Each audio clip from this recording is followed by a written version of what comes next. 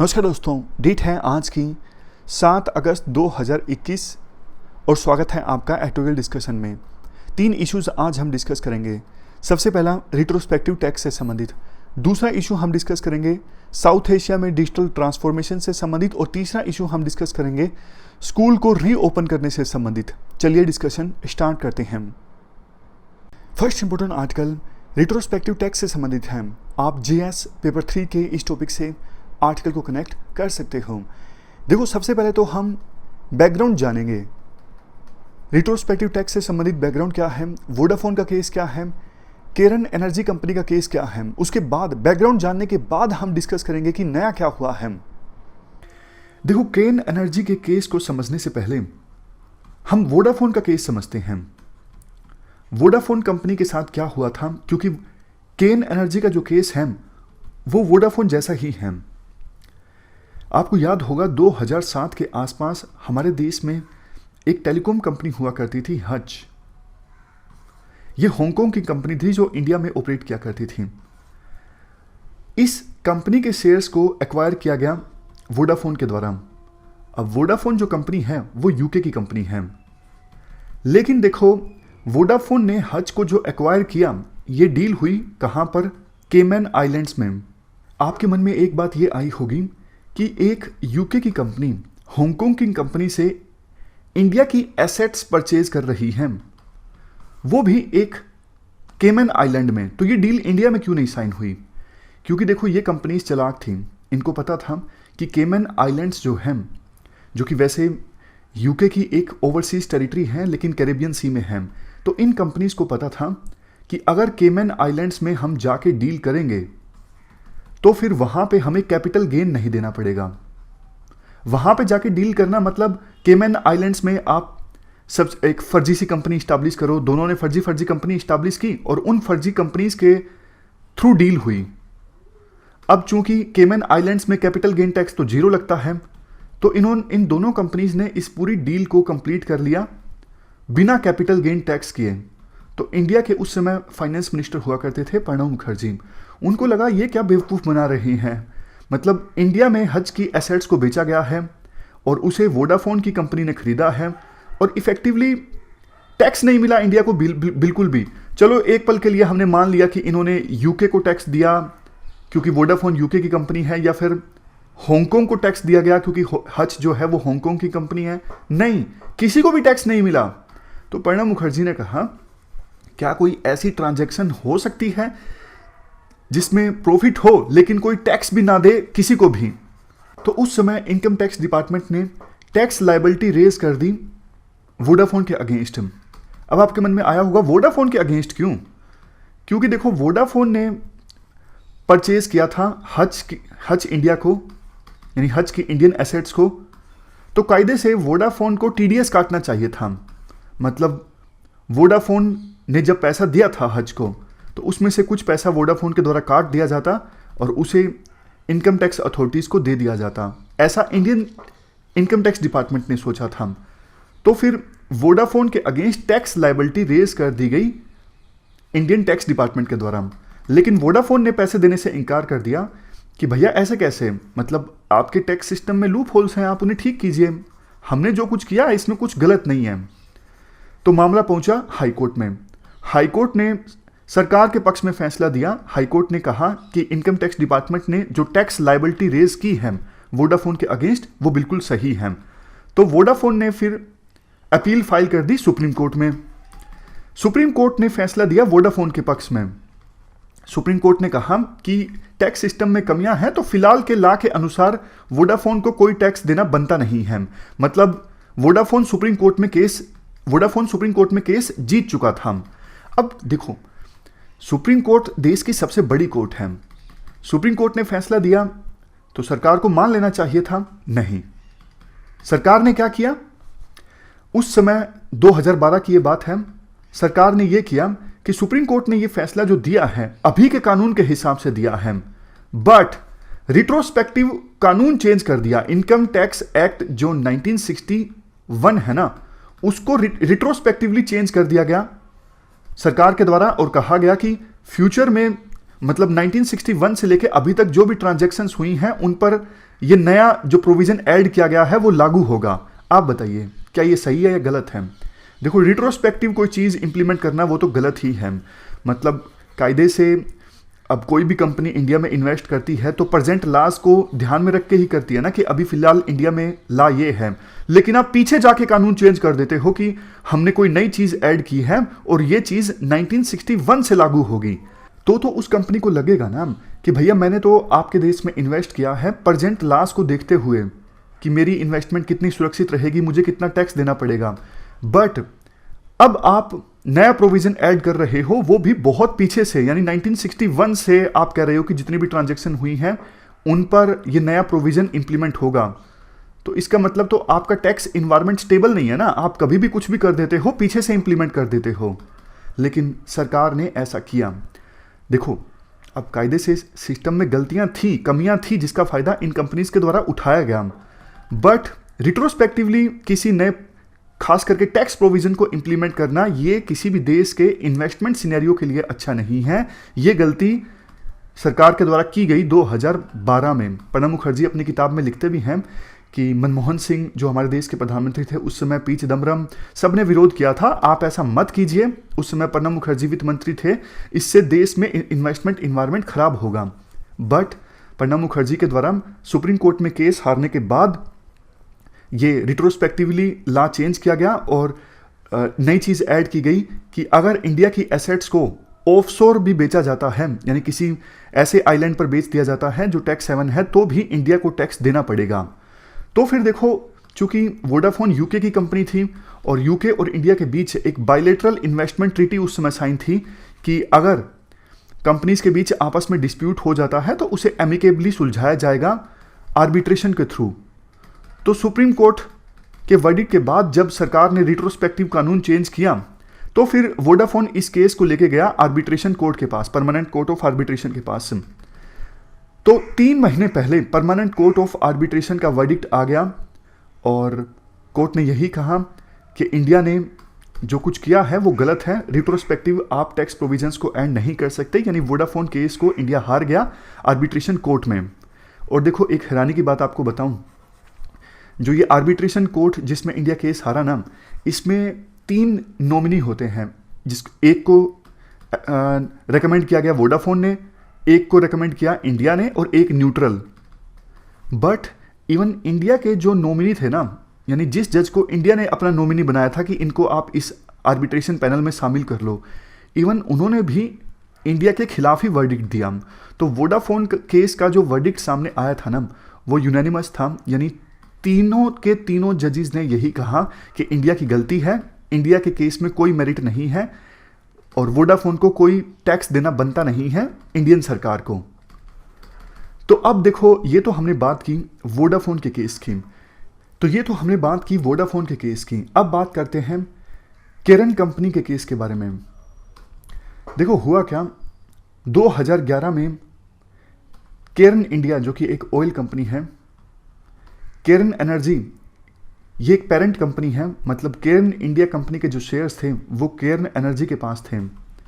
काफ़ी वैसे इस केस में कॉम्प्लेक्सिटीज़ भी हैं क्योंकि बीच में एक केरन यूके कंपनी भी है, बट इतना ज़्यादा कॉम्प्लेक्सिटीज़ में आपको जाने की आवश्यकता नहीं है। सिंपली बता देता हूँ, केरन इंडिया के जो शेयर्स थे उसको बेच दिया गया केरन एनर्जी कंपनी के द्वारा वेदांता को। लेकिन जब ऐसा किया गया तो फिर इनकम टैक्स डिपार्टमेंट ने इसी रिट्रोस्पेक्टिव टैक्स प्रोविजन के आधार पर बोला कि भैया आप हमें टैक्स दीजिए। इवन इस केस में तो इनकम टैक्स डिपार्टमेंट ने पूरी ट्रांजैक्शन को कंप्लीट ही नहीं होने दिया। 9.8% समथिंग कुछ शेयर्स खुद के पास ही रख लिए। इवन डिविडेंड भी नहीं ट्रांसफ़र होने दिया, डिविडेंड ट्रांसफ़र होने पे रोक लगा दी गई, टैक्स रिफंड भी नहीं लेने दिया। मतलब जबरन आप कह सकते हो टैक्स वसूल ही लिया गया अलग अलग तरीकों से इनकम टैक्स डिपार्टमेंट के द्वारा कि आप भाग जाओगे, आप हमें टैक्स दे दीजिए, टैक्स जबरन ले लिया गया। तो इस केस में भी जो केरन एनर्जी थी वो इन्वेस्टमेंट ट्रीटी के प्रोविजंस के अनुसार गई कहाँ पर, आर्बिट्रेशन कोर्ट के पास में। और अब उसी आर्बिट्रेशन कोर्ट का फैसला आया है और इंडिया ये केस हार गया है। आदेश दिया गया है कोर्ट के द्वारा कि 1.4 बिलियन डॉलर्स डैमेज दिया जाए इंडियन गवर्नमेंट के द्वारा केर्न एनर्जी कंपनी को। तो वोडाफोन का केस भी इंडिया हार गया और केर्न का केस भी इंडिया हार गया। अब देखो इसमें बहुत सारे इश्यूज इन्वॉल्व हैं। चलो वोडाफोन का केस इंडिया हारा, तो इंडिया को कम से कम टैक्स देना तो नहीं है ना, सिर्फ 80 करोड़ रुपए देना है इंडिया को, क्योंकि इंडिया ने टैक्स लिया नहीं था वोडाफोन से। जैसे कि केर्न एनर्जी के केस में हुआ कि जबरन इंडिया ने टैक्स ले ही लिया, 9.8% शेयर्स रख लिए, डिविडेंड नहीं ट्रांसफर होने दिया, टैक्स रिफंड नहीं जाने दिया। तो अब 1.4 बिलियन डॉलर्स देने पड़ेंगे केर्न के केस में। वोडाफोन के केस में सिर्फ 80 करोड़ देने हैं, लेकिन केर्न एनर्जी के केस में 1.4 बिलियन डॉलर्स देने हैं। कितनी बड़ी रकम है। पैसे वैसे ही नहीं है सरकार के पास में, आपको पता है महामारी का समय है, सरकार के पास तो पैसों की बहुत कमी है। इवन देखो जितना लंबा ये केस चलेंगे ना, उतना ही इंडिया के बारे में, इंडिया की जो रेपुटेशन है इन्वेस्टमेंट फ्रेंडली कंट्री की, वो खराब होती है। क्योंकि फिर विभिन्न देशों को लगेगा, विभिन्न कंपनीज को लगेगा, अरे यार इंडिया में तो रिट्रोस्पेक्टिव कुछ भी इंप्लीमेंट कर देते हैं और वहाँ पे इन्वेस्ट करना सेफ नहीं है। मतलब आज ये नीति है, कल को रिट्रोस्पेक्टिवली कुछ अलग ये प्रोविजन ऐड कर देंगे और बोलेंगे कि आप हमें नया ये टैक्स दो, वो टैक्स दो। तो ये इन्वेस्टमेंट के लिए ये चीज़ें ठीक नहीं हैं। अब देखो एक चीज़ हुई क्या, आर्टिकल में ये भी बोला जाता है कि जब ये प्रधानमंत्री मोदी उस समय विपक्ष में थे तो उन्होंने कहा था कि ये रिट्रोस्पेक्टिवली टैक्स लायबिलिटी रेज करना ये गलत है, ऐसा नहीं होना चाहिए, ये देश के इन्वेस्टमेंट फ्रेंडली इमेज के लिए अच्छा नहीं है। लेकिन 2014 में प्रधानमंत्री मोदी, मतलब नरेंद्र मोदी प्रधानमंत्री बन गए, लेकिन उसके बाद अब कायदे से सरकार को पहले साल में ही ठीक कर देना चाहिए था ये सब कुछ, इंडिया केस हारता ही ना और इमेज और ज़्यादा ख़राब नहीं होती। लेकिन उस समय काफ़ी आरोप लगे थे कि ये एनडीए की जो गवर्नमेंट है वो सूट बूट की गवर्नमेंट है, गरीबों के लिए काम नहीं करती। तो सरकार को ऐसा लगा होगा कि अगर हम इन केसेस को परस्यू नहीं करते हैं तो हमारी इमेज और ज़्यादा ख़राब हो जाएगी कि ये सरकार जो है बड़े कॉरपोरेट ग्रुप्स के लिए काम करती है, गरीब लोगों के लिए कुछ नहीं करती और बड़े बड़े कॉरपोरेट ग्रुप्स के जो टैक्स लायबिलिटी है वो माफ़ कर दी जाती है। तो सरकार ने इन केसेस को परस्यू करना जारी रखा। अब वोडाफोन का वर्डिक्ट आ चुका है, लेकिन सरकार के पास ऑप्शन था कि 3 महीने के अंदर अंदर या तो अपील फाइल की जाए या फिर ना की जाए, और सरकार ने अपील फाइल कर दी 3 महीने के अंदर अंदर। इवन देखो केर्न एनर्जी के केस में भी सरकार ने 3 महीने के अंदर अंदर अपील फाइल कर दी आर्बिट्रेशन कोर्ट के फैसले के अगेंस्ट। बट देखो जो केर्न एनर्जी कंपनी है वो फ्रांस की कोर्ट के पास चली गई कि आर्बिट्रेशन कोर्ट का जो फैसला आया है इसे इम्प्लीमेंट करवाया जाए और फ्रांस में इंडिया की जो प्रॉपर्टीज़ पड़ी हैं, जैसे एम्बेसी की बिल्डिंग है और प्रॉपर्टीज़ इंडिया की पड़ी होंगी, उनको सीज किया जाए एज ए गारंटी के तौर पर कि इंडियन गवर्नमेंट केर्न कंपनी को पैसा दे आर्बिट्रेशन कोर्ट के फैसले के अनुसार। ये देखो इंडिया के लिए बहुत ज़्यादा ही ह्यूमिलिएशन था। मान लीजिए इंडिया की प्रॉपर्टीज़ जो हैं उनको जब्त कर लिया जाता है किसी फॉरेन कंट्री में, और इसलिए कि इंडिया को किसी कंपनी को पैसे देने हैं, एज ए गारंटी के तौर पर इंडिया की प्रॉपर्टीज़ को जब्त किया गया है। तो ये आप बताइए कितने ज़्यादा शर्म की बात है। बेइज्जती भी काफ़ी हो रही थी इंडिया की कि इवन आर्बिट्रेशन कोर्ट के फैसले के आने के बाद भी इंडिया इस रिट्रोस्पेक्टिव टैक्स को ख़त्म नहीं कर रही है। सरकार पे काफ़ी प्रेशर था क्योंकि कोविड-19 की महामारी की सिचुएशन में फॉरेन इन्वेस्टमेंट नहीं आ रही है, जबकि फॉरेन इन्वेस्टमेंट देश की इकोनॉमी में बड़ा रोल प्ले कर सकती है। तो इन सब चीज़ों को देखते हुए सरकार ने डिसीजन लिया कि बस यार बहुत हो गया, अब हम इस रिट्रोस्पेक्टिव टैक्स को परस्यू नहीं करेंगे। सरकार ने कल ये कहा कि पार्लियामेंट में एक बिल हम लेके आएंगे 2012 में रिट्रोस्पेक्ट टैक्स संबंधित जो ये अमेंडमेंट थी इसे नलिफाई करने के लिए। सरकार जो बिल लेके आएगी उसमें 2-3 मुख्य बातें देखो ये होगी। सरकार ने कहा है कि 2012 से पहले जो ट्रांजैक्शंस हुई थी, ऑफशोर ट्रांजैक्शंस, उन पर रिट्रोस्पेक्टिव टैक्स नहीं लगेगा, ऐसा सरकार ने बोला है। ऑलरेडी जो केस चल रहे हैं या फिर सरकार ने टैक्स वसूल लिया है तो वो सारा टैक्स सरकार वापस देने के लिए तैयार है। इवन जो लिटिगेशन कॉस्ट आई है कंपनीज की उसे भी सरकार चुकाने के लिए तैयार है। तो वैसे देखो ये बहुत अच्छा स्टेप है, लेकिन सरकार ने बिल में ये भी प्रोविज़न किया है, हम वेरियस कंपनीज को पैसा तभी वापस करेंगे अगर कंपनीज 2-3 कंडीशंस को फुलफिल करती हों, एक तो जिस कंपनी ने इंडिया के खिलाफ केस करके रखा है वो अपनी लिटिगेशन वापस लेती हैं, दूसरा इंडिया पैसा तो दे देगी, लिटिगेशन कॉस्ट भी दे देगी, अगर टैक्स वसूला है रिट्रोस्पेक्टिव टैक्स 2012 से पहले की ट्रांजैक्शंस पर उसे भी इंडिया वापस कर देगी, लेकिन कंपनीज इंडिया से डैमेजिंग कॉस्ट नहीं मानेगी।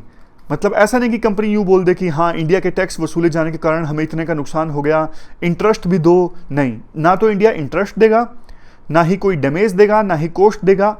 जितना टैक्स इंडिया ने वसूला है वो इंडिया वापस दे देगा, जितना लिटिगेशन पे कॉस्ट आई है वो इंडिया वापस दे देगा। ऐसा प्रोविज़न किया है इस बिल में, टैक्सेशन लॉ अमेंडमेंट बिल 2021। देखो सरकार का ये जो फैसला है ना बिल लाने का रिट्रोस्पेक्टिव टैक्स को ख़त्म करने के लिए, अच्छा फैसला है, लेकिन ये पहले ही इम्प्लीमेंट कर देते, पहले इम्प्लीमेंट करते तो इतनी बेइज्जती तो नहीं होती इंडिया की। सरकार कहती है हम परमानेंट कोर्ट ऑफ आर्बिट्रेशन के फैसले का इंतजार कर रहे थे। सरकार बेवकूफ़ समझती है बेवकूफ़ इसलिए समझती है, परमानेंट कोर्ट ऑफ आर्बिट्रेशन के फैसले के अगेंस्ट इन्होंने अपील भी फाइल कर दी। अगर आप परमानेंट कोर्ट ऑफ आर्बिट्रेशन के फैसले का इंतजार कर रहे थे तो कम से कम उस फैसले के खिलाफ अपील तो फाइल नहीं करते ना।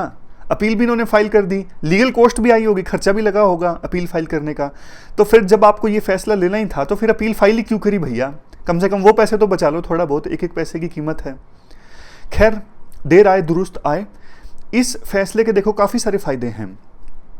सबसे पहला तो जो जिन कंपनीज़ का केस चल रहा है रिट्रोस्पेक्टिव टैक्स से संबंधित, अब उन कंपनीज़ को अपॉर्चुनिटी मिलेगी ये सारे मैटर्स सोल्व करवाने की।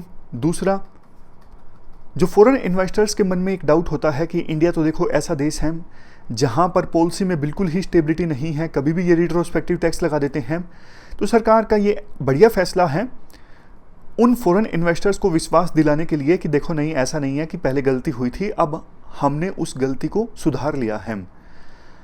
और इन्वेस्टमेंट जब आएगी तो कोविड-19 के सिचुएशन में जो ख़राब इकोनॉमी है वो भी स्टिमुलेट होगी, जॉब्स के अवसर पैदा होंगे। और सरकार की जो कमिटमेंट है कि इंडिया में जो टैक्स इन्वायरमेंट है वो हॉस्टाइल नहीं होगा, उसी के अनुरूप है सरकार का ये फैसला। 17 कंपनीज़ की लिटिगेशन चल रही थी रिट्रोस्पेक्टिव टैक्स से संबंधित, वो सारी जो लिटिगेशंस हैं ख़त्म हो सकेंगी। लास्ट में आर्टिकल में कहा जाता है अब देखो सरकार कैसे ना कैसे करके इन कंपनीज़ के साथ मामला ख़त्म ही कर दे। मतलब छोटी छोटी चीज़ों को लेके ऐसा नहीं कि लिटिगेशन ख़त्म ना हो, अभी भी चलती रहे। थोड़ी बहुत जो नेगोशिएशन है ऊपर नीचे होती है तो सरकार ख़त्म कर दे अब इन कंपनीज़ का जो केस चल रहा है। दूसरा, आपको देखो लॉन्ग टर्म में अगर स्टेबल टैक्स इन्वायरमेंट बनाना है तो ट्रेड टैरिफ फ्लक्चुएट नहीं होने चाहिए। ऐसा नहीं कि इंपोर्ट करने पर ड्यूटी कभी आपने बहुत ज़्यादा लगा दी, कभी बहुत कम कर दी। जीएसटी रेट्स भी आप कम कीजिए, अभी स्लैब काफ़ी बड़ी है, 5% जीएसटी, 12%, 18%, 28%, स्लैब को छोटे करने की आवश्यकता है। और भी जो भी पॉलिसी है सरकार की उसमें कंसिस्टेंसी रहनी चाहिए, क्लैरिटी रहनी चाहिए, वेग रूल्स नहीं होने चाहिए। ये सब होता है तो फिर इन्वेस्टर्स का जो भरोसा है इंडिया की इकोनॉमी में बना रहेगा, ज़्यादा इन्वेस्टमेंट आएगी। चलते हैं आगे। इसके बाद नेक्स्ट आर्टिकल साउथ एशिया में डिजिटल ट्रांसफॉर्मेशन यानी डिजिटलाइजेशन से संबंधित है। आप जीएस पेपर 3 के इस टॉपिक से आर्टिकल को रिलेट कर सकते हो। ये सारे एस्पेक्ट्स हम कवर करेंगे इस आर्टिकल के डिस्कशन में। देखो कोविड-19 ने ना सिर्फ पूरे वर्ल्ड में बल्कि साउथ एशिया में डिजिटल ट्रांसफॉर्मेशन के ट्रेंड को इंक्रीज़ किया है। आपको पता है कोविड-19 के कारण बहुत सारी जो सर्विसेज हैं वो ऑनलाइन हो गई, जैसे एजुकेशन मान लीजिए, हेल्थ सर्विसेज मान लीजिए, बिजनेस मान लीजिए। यहाँ पे कुछ आंकड़े हैं इंडिया में। वैसे तो नेशनल डिजिटल हेल्थ मिशन ये प्रोजेक्ट सरकार ने पहले ही स्टार्ट कर दिया था, लेकिन महामारी आने के बाद इस प्रोजेक्ट के एग्जीक्यूशन में काफ़ी तेज़ी आई। इस प्रोजेक्ट में हर एक पर्सन को हमारे देश में हेल्थ आईडी देने का प्रोविज़न है। अभी वॉलंटरी है ये प्रोजेक्ट, मतलब आप अपनी एक हेल्थ आईडी बनवा सकते हो और अगर किसी डॉक्टर के पास जाओगे, आप अपनी हेल्थ आईडी दोगे तो उस हेल्थ आईडी की सहायता से डॉक्टर आपके प्रीवियस सारे हेल्थ रिकॉर्ड्स को एक्सेस कर सकेगा। तो कई बार कोई दिक्कत होती है, आप डॉक्टर के पास पुराने जो टेस्ट के रिजल्ट्स हैं वो लेके जाते हो ताकि दिखाया जा सके कि मेरी प्रीवियस हिस्ट्री ये है। वो सब पेपर्स ले जाने की आवश्यकता नहीं होगी। डॉक्टर अपने आप से इस आईडी की सहायता से आपका पूरा का पूरा जो प्रीवियस हेल्थ रिकॉर्ड है वो चेक कर सकेगा। बांग्लादेश की बात करें, बांग्लादेश में 2020 में जो ऑनलाइन सेल्स हैं 70 से 80% इंक्रीज हो गई। बांग्लादेश में 2020 में 708.46 मिलियन डॉलर्स का रेवेन्यू जनरेट हुआ इस ऑनलाइन सेल्स में। इवन नेपाल की बात आप कर लीजिए, कोविड-19 के कारण नेपाल में जो इंटरनेट यूजर्स हैं उनकी संख्या 11% इंक्रीज हो गई। बट देखो, डिजिटल डिवाइड अभी भी साउथ एशिया में काफ़ी ज़्यादा है। आज भी 50% जो इंडिया की पॉपुलेशन है वो विदाउट इंटरनेट है। बांग्लादेश की 59% जो पॉपुलेशन है वो विदाउट इंटरनेट है और पाकिस्तान की 65% जो जनता है वो विदाउट इंटरनेट है। इस डिजिटल डिवाइड का देखो वेरियस सेक्शंस पर गहरा इम्पैक्ट भी पड़ता है। जैसे साउथ एशियन वुमेन की बात की गई है, साउथ एशिया में जितनी महिलाएं हैं उनमें से 51% जो ये सोशल प्रोटेक्शन स्कीम्स होती हैं ना, जैसे मनरेगा है, इन स्कीम्स को एक्सेस नहीं कर पाती क्योंकि वो ऑनलाइन जुड़ी हुई नहीं है। बच्चों की बात करें, इस महामारी के कारण सब कुछ ऑनलाइन हो गया, एजुकेशन भी, लेकिन 88% बच्चे, देखो बहुत ज़्यादा हैरान करने वाली फिगर हैं, 88% बच्चे होम स्कूलिंग को एक्सेस नहीं कर पाए क्योंकि या तो इंटरनेट उनके पास था नहीं या फिर ठीक से नहीं चलता था। और जब बच्चे घर रहते हैं, ऑनलाइन भी एजुकेशन हासिल नहीं करते, तो काफ़ी तरह के रिस्क इन्वॉल्व होते हैं। जैसे अर्ली मैरिज कर दी जाती है, बहुत से बच्चों को चाइल्ड लेबर की दुनिया में धकेल दिया जाता है। चाइल्ड लेबर का एक टॉपिक हमने डिटेल से डिस्कस किया था, आपको याद होगा इस संडे। आपने नहीं देखा तो ये टॉपिक आप देख लीजिएगा। चाइल्ड लेबर का डिटेल से हमने डिस्कस किया, चाइल्ड लेबर की समस्या जो है वो कितनी ज़्यादा गंभीर हुई है कोविड-19 के कारण, कैसे इस चाइल्ड लेबर की समस्या को ख़त्म किया जाए। डिजिटल डिवाइड की हम बात कर रहे थे। डिजिटल डिवाइड की वजह से देखो बिजनेस भी डिसरप्ट होते हैं। छोटी छोटी फर्म्स जो ऑनलाइन नहीं हो पाती, एक्सपर्टीज़ नहीं होती छोटे बिजनेसमैन के पास में कि वो एकदम से अपने ऑपरेशंस को ऑनलाइन कर दें, तो ऐसे बहुत से बिजनेस फर्म्स का जो काम है वो ठप हो गया है। आंकड़ा भी दिया हुआ है, साउथ एशियन फर्म्स का जो सेल्स हैं वो 64% तक डिक्लाइन हुआ है, खास करके छोटी फर्म्स और वुमेन लेड फर्म्स का। अगर देखो कोविड-19 ने वर्क लाइफ को पूरी तरह से ट्रांसफॉर्म किया है, यूथ भी बदलते समय के हिसाब से स्किल हासिल नहीं करते हैं, तो अनएम्प्लॉयमेंट की समस्या जो है वो और ज़्यादा बढ़ेगी। इसके बाद देखो कुछ दूसरे देशों के एग्जाम्पल दिए जाते हैं, जैसे सिंगापुर, जापान, साउथ कोरिया। इन देशों को आज के समय में ग्लोबल टेक्नोलॉजिकल हब्स के तौर पे रिकॉग्नाइज किया जाता है। चाइना की बात करें, चाइना में स्मार्टफोन्स की मार्केट काफ़ी बड़ी है। ये सारे ओप्पो, वीवो, ये सारे चाइना के प्लेयर्स हैं। इंटरनेट पेनिट्रेशन काफ़ी ज़्यादा हुआ है चाइना में, और जो डिजिटल पेमेंट है ये भी ज़्यादा होने लगी है। इन तीनों का रिजल्ट ये निकला है, चाइना का जो ई कॉमर्स इंडस्ट्री है वो 2024 तक $3 ट्रिलियन पहुंच जाएगा। इंडिया की इकोनॉमी है $3 ट्रिलियन की, सोच के देखिए, उनका तो ई कॉमर्स इंडस्ट्री का साइज हो जाएगा 2024 तक $3 ट्रिलियन। इवन जो ये डिजिटल बूम आया है आसियान कंट्रीज़ में भी, तो ये कंट्रीज़ मिलकर एक कॉमन मार्केट इनिशिएटिव चला रही हैं ताकि आसियान की जो मेंबर कंट्रीज़ हैं उनकी इकोनॉमी आपस में और ज़्यादा इंटीग्रेट हो। अब इसके बाद देखो अपॉर्चुनिटीज़ की बात की जाती है कि साउथ एशिया में इस डिजिटलाइजेशन की अपॉर्चुनिटी क्या क्या है। पहला पॉइंट, कोविड-19 के बाद जो ये डिजिटलाइजेशन आया है, ई कॉमर्स का स्कोप काफ़ी ज़्यादा बड़ा है, नई नई बिजनेस अपॉर्चुनिटीज़ पैदा हो सकती हैं, और डिजिटलाइजेशन के माध्यम से साउथ एशिया की जो फर्म्स हैं बड़ी मार्केट को भी एक्सेस कर सकती हैं। इंडिया में 2030 तक ई कॉमर्स जो है वो 10 लाख जॉब्स जनरेट करेगा, और 2026 तक इंडिया में ई कॉमर्स की जो मार्केट होगी वो $200 बिलियन की होगी, चाइना के मुकाबले में तो बहुत ही कम। नेक्स्ट, जो फिनटेक कंपनीज हैं, जैसे देखो पेटीएम, ये फाइनेंशियल इंक्लूजन को बिल्ड करके, फाइनेंशियल इंक्लूजन मतलब जैसे देखो कोई पर्सन अगर फाइनेंशियल प्रोडक्ट्स को अवेल कर रहा है, फॉर एग्जांपल उसके पास बैंक खाता है, इंश्योरेंस की स्कीम उसने ली हुई है, तो मतलब वो फाइनेंशियल इंक्लूजन में शामिल है। लेकिन बहुत से लोग ऐसे होते हैं जिनके पास ना तो बैंक खाता होता है, ना ही कोई इंश्योरेंस की स्कीम होती है, सरकार के ये जो फाइनेंशियल प्रोडक्ट्स हैं उनके बारे में उन्हें अवेयरनेस भी नहीं होती है। हालांकि बैंक खाते की अवेयरनेस तो सभी को होती है, लेकिन वो उनका विश्वास नहीं है बैंकों के ऊपर। लेकिन ये छोटी छोटी जो पेटीएम जैसी कंपनीज आई है ना, ये फाइनेंशियल इंक्लूजन को इंक्रीज करेंगी, इससे गरीबी कम होगी। पाकिस्तान का एग्जाम्पल दिया जाता है। पाकिस्तान का डिजिटल फाइनेंशियल सेक्टर जो है वो पाकिस्तान की जीडीपी को 7% तक इंक्रीज कर सकता है। अगर देखो इस प्रकार से inclusive and sustainable digital transformation होता है तो समाज में जो सोशो इकोनॉमिक डिवाइड है, मतलब कुछ क्लास हायरार्की में ऊपर कुछ नीचे, या फिर इकोनॉमिकली देख लीजिए गरीब और अमीर के बीच की जो खाई है, ये सब कम होगा अगर inclusive and sustainable digital transformation south Asia में होता है। लास्ट में वे फॉरवर्ड की बात की जाती है, कैसे साउथ एशिया इस डिजिटल ट्रांसफॉर्मेशन का फ़ायदा उठाए। सबसे पहले तो देखो लीगल, रेगुलेटरी या फिर जो भी पॉलिसी गैप्स हैं उनको फिल करने की आवश्यकता है। मतलब डिजिटलाइजेशन के रेगुलेशन में कोई दिक्कत है, कानून की कमी है, उन सबको एड्रेस करने की आवश्यकता है ताकि डिजिटल स्किल्स को बूस्ट किया जा सके।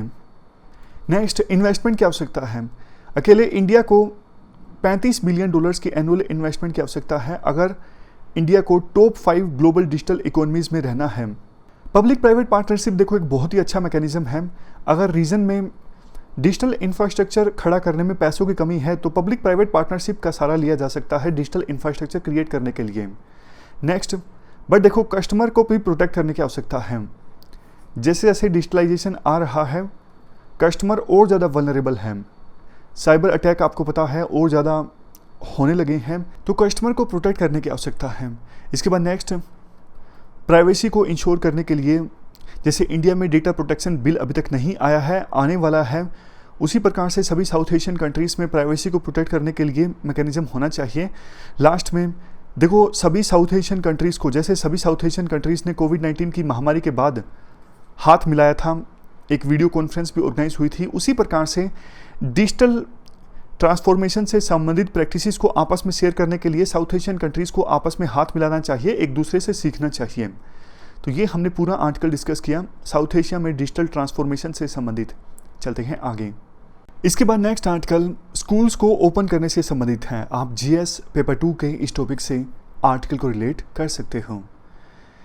ये सारे एस्पेक्ट्स हम डिस्कस करेंगे इस आर्टिकल को कवर करते वक्त। देखो 16 महीनों से स्कूल बंद है, बाकी सारी चीज़ें ओपन हो गई हैं, जैसे जिम और बिजनेसेस, मंदिर, सब कुछ ओपन हो गया है। मंदिर, मस्जिद, मतलब जितने भी रिलीजियस प्लेसेस है सारे ओपन हो गए हैं, लेकिन स्कूल्स अभी तक नहीं खुले हैं। स्कूल्स में देखो बच्चे बहुत कुछ सीखते हैं, शेयर करना सीखते हैं, अपनी बारी का इंतज़ार करना सीखते हैं, नेगोशिएट करना सीखते हैं, कॉम्प्रोमाइज़ करना सीखते हैं। और जो मिड डे मील वाले स्कूल हैं वहाँ पे बच्चों को न्यूट्रिशन मिलता है। घर के कैओस से घर में बहुत ज़्यादा उथल पुथल होती है, तो उससे बचने का भी स्कूल एक अच्छा माध्यम है। और देखो सारे पेरेंट्स तो ऐसे नहीं हैं जो एजुकेटेड हैं, तो वो पेरेंट्स जो एजुकेटेड नहीं हैं उनके लिए तो बच्चा स्कूल में जाता है तो उनको फ़ायदा होता है। अगर बच्चा घर में रहेगा तो वो एजुकेशन से वंचित रहेगा, तो इसलिए स्कूल्स को ओपन कर देना चाहिए। जून 2021 में WHO और एम्स का एक सीरो सर्वे कंडक्ट हुआ, जिस पर कमेंट करते हुए एम्स के डायरेक्टर ने कहा कि 18 साल से कम उम्र के जो बच्चे हैं उन बच्चों में देखो 50% में तो एंटीबॉडीज़ मिली हैं और कई कई जगह पे तो 80% ऐसे बच्चों में एंटीबॉडीज़ मिली हैं।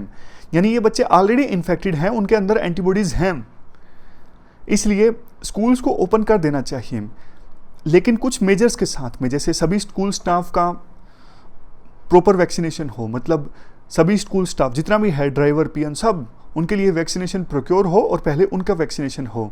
अगर साइंटिस्ट चाहें तो स्कूल स्टाफ के लिए डोजेस के बीच में जो गैप है वो कम करने के लिए रेकमेंड कर सकते हैं। पब्लिक कैंपेन चलाया जाए, पेरेंट्स को बताया जाए कि देखो बच्चा स्कूल जाएगा तो इतना नुकसान नहीं होगा जैसा आप सोच रहे हो, ऑलरेडी एंटीबॉडीज़ उनके अंदर हैं। और धीरे धीरे करके आप स्कूल खोलो। जैसे एक क्लास में अगर 20 बच्चे हैं तो अल्टरनेट डेज पे बुला लो, 10 को एक दिन बुला लो, अगले 10 को अगले दिन बुला लो। और इवन देखो हाइब्रिड लर्निंग को भी प्रमोट करना चाहिए। मान लीजिए कुछ पेरेंट्स ऐसे हैं जो बोलते हैं कि नहीं भैया हम तो भेजना ही नहीं चाहते अपने बच्चों को स्कूल, तो उनको ऑनलाइन शिक्षा हासिल करने के लिए चॉइस दे दो कि ठीक है आप घर बैठे क्लास लगा लो, कोई दिक्कत नहीं है, जो भेजना चाहता है वो भेज ले। कोविड रिलेटेड प्रोटोकॉल्स जो है उनका प्रॉपर पालन किया जाए, जैसे hand hygiene, proper ventilation, students के बीच में गैप, सब कुछ मतलब इनका प्रॉपर ध्यान रखा जाए। इसके साथ साथ स्टाफ के लिए मेडिकल कंसल्टेशन भी अवेलेबल होनी चाहिए, ताकि पेरेंट्स को कभी भी मेडिकल कंसल्टेशन की आवश्यकता हो उन्हें इधर उधर भागना ना पड़े। अंत में आर्टिकल में कहा जाता है देखो, नियर फ्यूचर में एकदम से कोविड-19 की जो महामारी है वो ख़त्म नहीं होगी और बच्चे आइसोलेट रहते हैं तो उनकी ये कॉस्ट उन पे बहुत ज़्यादा पड़ती है और 100% गारंटी कभी भी स्कूल देने के लिए नहीं राजी होंगे कि हाँ आपका बच्चा जो है कोविड-19 इफेक्टेड नहीं होगा, ऐसी गारंटी कोई भी नहीं दे सकता। तो हमें म्यूचुअली ट्रस्ट इस्टेब्लिश करने की आवश्यकता है। कोविड-19 सेफ्टी प्रोटोकॉल का हम पालन करें, वैक्सीनेशन, अननेसेसरी ट्रैवल को अवॉइड करें। कुछ ऐसी चीज़ें हैं जिनकी सहायता से कोविड-19 के इन्फेक्शन से बचा जा सकता है और स्कूल्स को ओपन किया जा सकता है, जो कि आज के समय में आवश्यकता है। तो ये पूरा आर्टिकल हमने डिस्कस किया स्कूल ओपनिंग से संबंधित। हमारी आज की इस डिस्कशन में इतना ही है। आज हमने 3 इश्यूज़ को डिटेल से डिस्कस किया। Thank you very much for discussion.